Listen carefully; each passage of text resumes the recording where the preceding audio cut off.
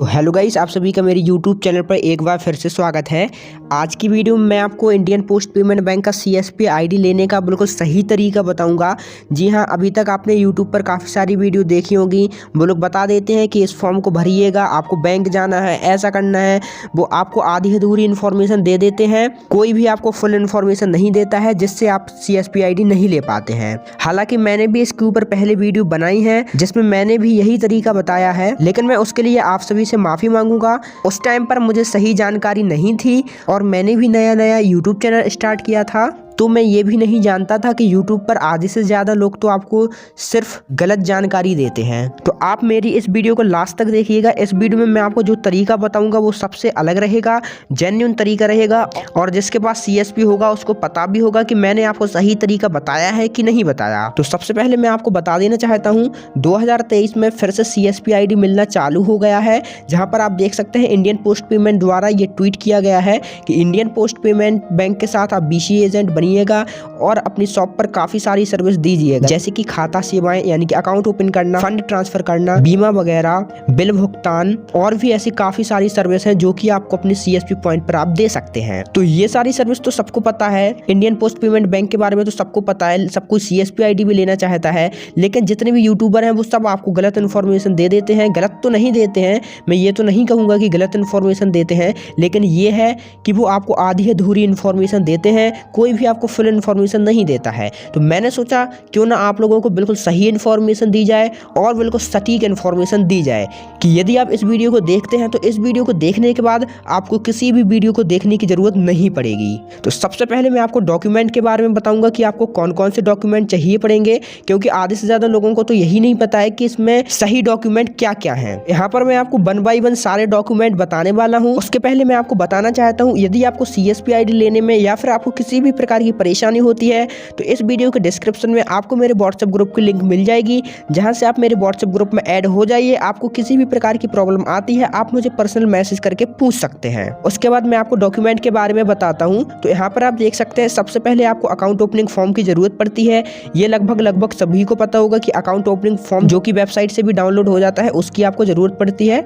आपको उस फॉर्म को भी फिलअप करना पड़ता है। उसके बाद सेकंड जो डॉक्यूमेंट पड़ता है वो एनेक्स्योर फॉर्म की जरूरत पड़ती है। तो यदि आप ये वाला फॉर्म नहीं जानते हैं क्या होता है तो आप मुझे मैसेज कीजिएगा WhatsApp पर, मैं आपको बता दूंगा कि ये फॉर्म क्या है, क्योंकि मैं सारी जानकारी एक ही वीडियो में नहीं दे सकता वरना वीडियो बहुत लंबा हो जाता है। तो चलिए अब मैं थर्ड डॉक्यूमेंट के ऊपर चलता हूं, जहां पर आप देख सकते हैं सिविल स्कोर। अब सिविल स्कोर तो सबको पता होता है कि सिविल स्कोर क्या होता है। तो सिंपली आपको अपना सिविल स्कोर का स्क्रीनशॉट या फिर PDF फाइल अपलोड करना पड़ता है। उसके बाद आपको फोर्थ डॉक्यूमेंट की जरूरत पड़ेगी, क्वालिफिकेशन, यानी कि आपने जहां तक भी अपनी क्वालिफिकेशन की है तो आपको उसका सर्टिफिकेट लगेगा। वैसे इसमें आपकी 12th प्लस एजुकेशन होनी चाहिए, यानी कि आप 12th पास आउट हैं तो आप इसमें अप्लाई कर सकते हैं। उसके बाद फिफ्थ डॉक्यूमेंट आता है शॉप का एग्रीमेंट। यदि आपने अपनी दुकान को किराए पर लेके रखा है तो आपके पास शॉप का एक एग्रीमेंट होना चाहिए, और साथ ही में उद्योग आधार यानी कि उद्योग रजिस्ट्रेशन आपने किया होगा तो आपके पास वो भी सर्टिफिकेट होना चाहिए। उसके बाद हम सिक्स्थ डॉक्यूमेंट की बात करते हैं, तो आपको एक फोटो लेना पड़ेगा अपनी शॉप के साथ, आपकी एक फोटो होनी चाहिए। उसके बाद आपके पास IVF का सर्टिफिकेट होना चाहिए। ये आप जानते होंगे IVF का सर्टिफिकेट किसी भी बैंक का CSP आईडी लेते हैं तो ये बहुत ही ज़्यादा इंपॉर्टेंट होता है। यदि आपके पास ये सर्टिफिकेट नहीं है तो जल्दी से रजिस्ट्रेशन कीजिएगा। इसका एग्जाम होता है, एग्जाम दीजिएगा, आपके पास ये सर्टिफिकेट आ जाएगा। तो ये सर्टिफिकेट बहुत ही ज़्यादा इंपॉर्टेंट है। उसके बाद आपका जो 8th डॉक्यूमेंट की जरूरत पड़ेगी उसमें आपको पुलिस वेरिफिकेशन की जरूरत पड़ेगी, तो आपके पास पुलिस वेरिफिकेशन भी होना चाहिए। 9th डॉक्यूमेंट में आपको 100 स्टाम्प पेपर, यानी कि जो 100 रुपये वाला स्टाम्प पेपर होता है, आपको वो वाला स्टाम्प पेपर भी लेना पड़ेगा। लेकिन मैं आपको एक बात और बताना चाहूँगा, जो 8 नंबर तक मैंने डॉक्यूमेंट बताए हैं वो कॉमन है, वो आपको हर ब्रांच में देना पड़ेगा। उसके बाद जो 9 और 10 डॉक्यूमेंट हैं वो किसी ब्रांच में मांगे जाते हैं, किसी में नहीं मांगे जाते हैं। तो मैंने जैसे कि बताया इसमें एक 100 रुपये वाला स्टाम्प पेपर लगाना है।